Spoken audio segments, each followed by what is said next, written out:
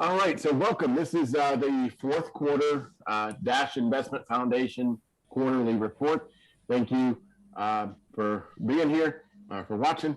Let's get to it. So we have some slides prepared. I've already released them, but there we go. So this is our fourth quarter report for 2020. Of the Dash Investment Foundation. So, okay. So the current DIF supervisors are Hytham, he's on the call here, and Rodrigo, he didn't make it today. Michael's here on our call, and then there's me and Ryan. So and Ryan couldn't make it. So anyway, so those are our five supervisors. It's been really helpful having all of them to help everybody chips in. It's really great having really great team to work with. Okay, so in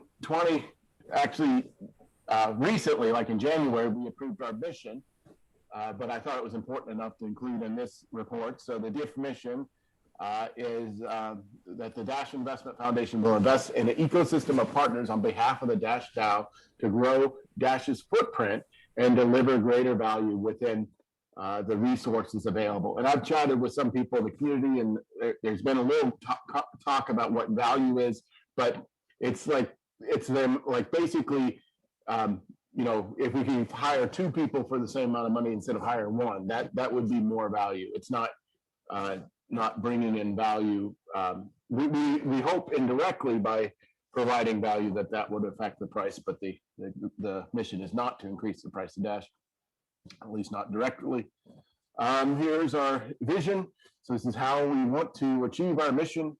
And so the DIF will facilitate the solicitation, negotiation, and due diligence of investments of potential interest to the Dash DAO. It will guide entrepreneurs seeking funding from the DIF by educating them on the process and best practices to improve the chances for a successful investment. The DIF will manage reserves for the network in a manner that balances the needs to grow the reserves and limits risk. So our vision is not to bring in more and more money. It's to manage risk and grow the reserves in a responsible way. So it's not just looking for the thing that's going to bring in the most money possibly in the future. Okay, we're going to seed liquidity and the growth of emerging Dash financial markets or products. So fourth quarter, we started this. We were investigating this by starting actually making a new market on the liquid exchange. That'll come at the end of our presentation. And the DIF will conduct all activities with a high degree of transparency while providing a bridge to the needs of potential partners desiring to protect non-public information. So I was just on a call with Dash Watch. So hopefully they'll be able to help us with this high degree of transparency. And so this report is part of that. So I'd like to turn it over to Michael now for the 2020 report. So basically, at least how the first three quarters went, more or less. Great, thank you for that, Darren. Yeah, we just thought it'd be a good idea to have a quick recap of how the DIF performed during the first half of 2020. We did have a quarterly report at the beginning, well, in the first quarter of 2020, but from then onwards, there wasn't a follow-up in the second quarter due to the fact that a lot of the supervisors were not standing again for re-election, and there was no real impetus there with the DIF to kind of to get that report out. So what happened in effect was the second quarter of 2020, the DIF kind of went on a bit of a hiatus. We put into process the elections during June, with the hope that a batch of new supervisors would come in and pick up from there. So basically, in the second quarter of 2020, the DIF didn't have any opportunities to invest that we thought worthy of bringing to the network. We continue to submit proposals for funding, which passed, and those funds were kept on our balance sheet, mostly in Dash during that period, and ready for deployment when the new supervisor team came in to take over. In terms of any other important information that we need to state to the network from the first half of 2020, there's nothing further I can think of, or nothing further that we feel needs to be reported. But of course, if any of the community have any questions regarding the DIF's performance over the first half of the year, feel free to reach out to the DIF, and I'll be happy to answer any questions. Thank you, Darren. Over to you. All right, great. And we do have a text report for the third quarter. So you might want to look at that. That's at our blog at .-invest.org, and it's also on the forum. Okay, so what happened with the money? So the third quarter, I was able to produce a balance sheet for the basically all the DIF's assets for the third quarter. And that balance sheet had a dollar value of $263,000, almost $2,064,000, and they were held in Dash, cash, and gold. So we were also under a MOU, a memorandum of understanding with ReadyRater, which guides the transfer of ReadyRater equity over to the DIF. And so what did that money buy us? Was that just over $250,000 buy us? Well, it bought us $100,000. It was $100,000 outlay we made to acquire $100,000 worth of equity in Quadrancy, and we were part of a round, so we had the same terms as the other partners in the round. We also made an outlay of $100,000 to CrayPay, and that was a very anyway. That we'll have more of that in a bit. We also outlaid another $100,000 for an investment that we're very excited about, but there's a lot of moving parts in that, and so we kind of want to announce that as a united front. So that hasn't been announced yet. We spent around $5,000 on legal fees, $1,400 on office fees, and there was a deferred charge of $10,000 for our director fees. So in 2020, the directors agreed to basically cut the DIF a break and take their payment late in the year, and so that was one of the payments made late in the year. So for $250,000, we made $316,000 of outlays and expenditures. Now, I'm a mathematician, of course, that math doesn't work out, so I made a slide on that. Anyway, we also had $52,000 in the bank after all of this, and $400 Dash remaining, and there was an outstanding legal bill of just over $2,000. So I think that was for the CrayPay deal.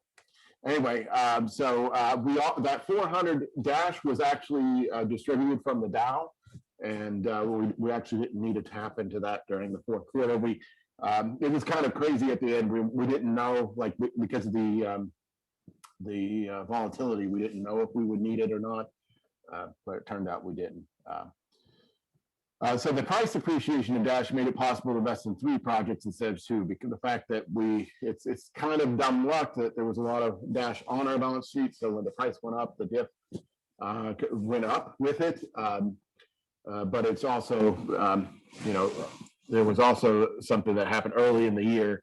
The Dash wasn't sold at a higher price, and so it's kind of bad luck that the DIF rode that down as well. So we're currently working on a balancing strategy to manage our risk and exposure to Dash, and we're definitely happy to have some exposure to Dash, and we just don't know if we want all exposure to Dash. Good. Okay, so good. Now, so the CrayPay deal was actually a three-way deal. Dash Core Group was involved in this, and so I, as somebody voting for the DIF, just considered, is this a good investment or not? And it did seem like it was a good investment, and Dash Core Group is overseeing the white label app that will allow people to pay with Dash.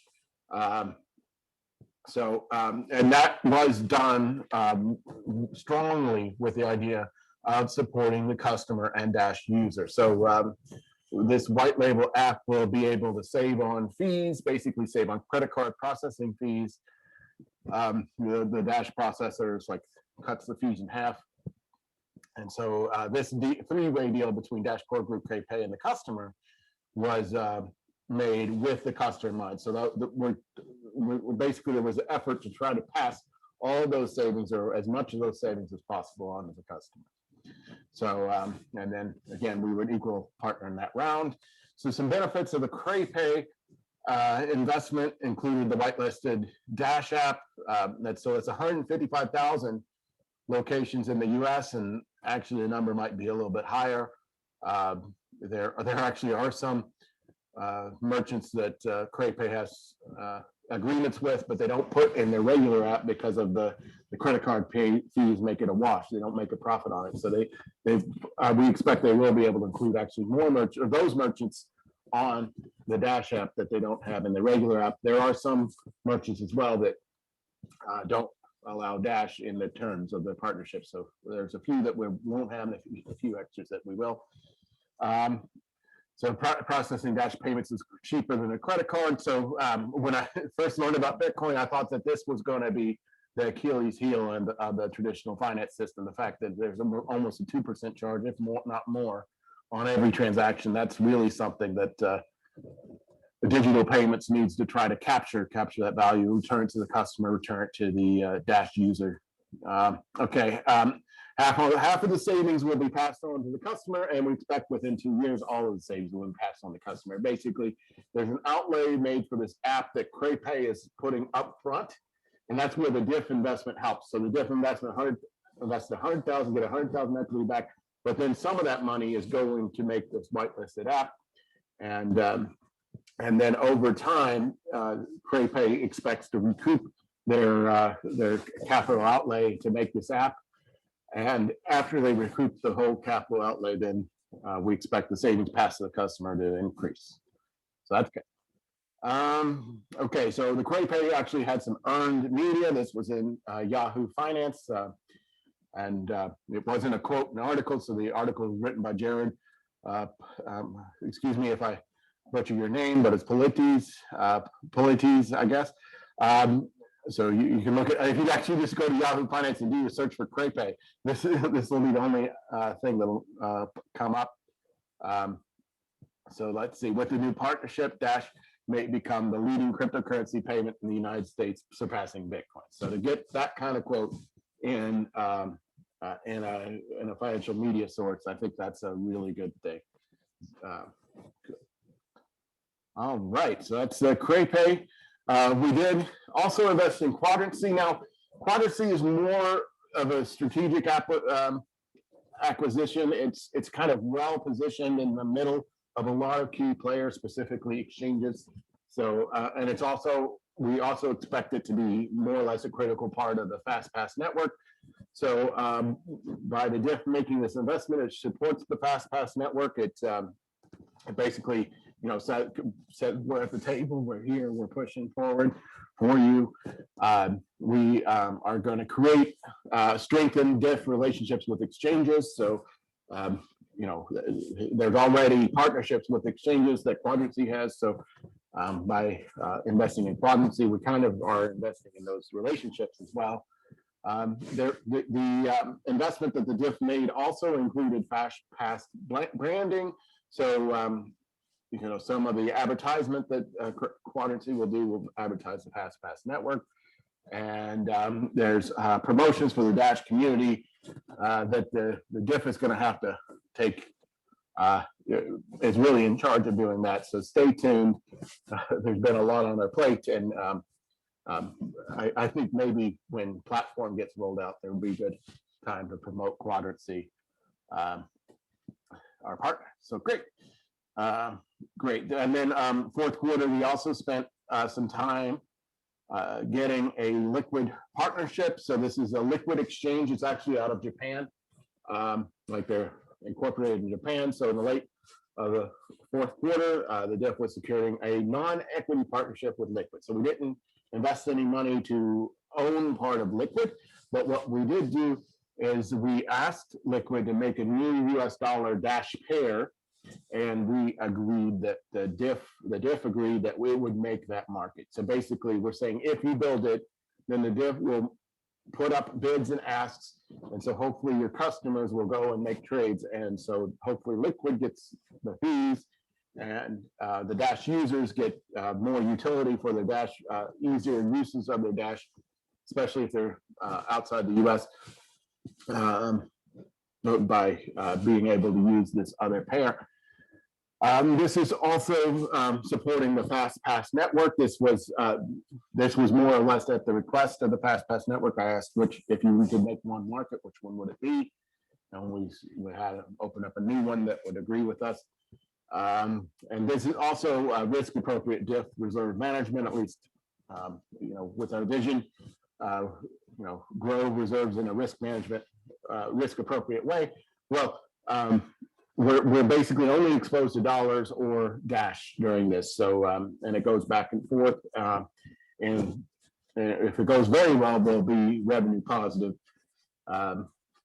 Good. So we're currently involved in making that market. So it opened on January 29th, and there's a Hummingbot instance that's making that market. So looking forward now, I keep reading this slide. I'm like, oh, I didn't put everything that we're doing. I'm like, oh, we're doing so much more. Anyway, so we're investigating the logistics of continuing to expand jurisdictional operation, specifically Brazil.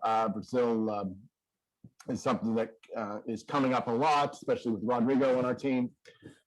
We were looking into Nigeria, kind of more of a fact-finding mission, but with the new regulations on cryptocurrency and banking, that makes it extremely hard for the DIF to operate in Nigeria. Anyway, so Brazil is the main focus right now. We're building relationships with established and new infrastructure, so that's something we currently want to do. I've got it, we've got a lot of that we're doing, and securing DAO funding. Basically, the fourth quarter, we spent a lot of our reserves. We had almost 3,000 Dash in reserve. We had actually over 3,000 Dash reserves, and we spent it. And so now we're in the process of recovering that from the DAO. And our February proposal passed, so we're really happy about that. So thank you very much. And that's all we got here. Does anybody else have anything to add? No. Okay. I think that pretty much covers it, Darren. As you mentioned, there are other things that we're working on that aren't on the slides, which we can't wait to tell you all about. But yeah, that'll have to wait until update. But yeah, the DIF is humming along nicely. We're well funded. We are well diversified in terms of our assets and balance sheet, and we have a lot of very, very good quality opportunities to go at the moment. So yeah, watch this space. Thank and you. As you mentioned, Darren, we're constantly market making as well with Hummingbots. So we are holding Dash, and we are trading Dash, and taking account into the volatility, using the volatility to our advantage. Yes, good. All right. Well, thank you for watching. Bye, everybody. Bye.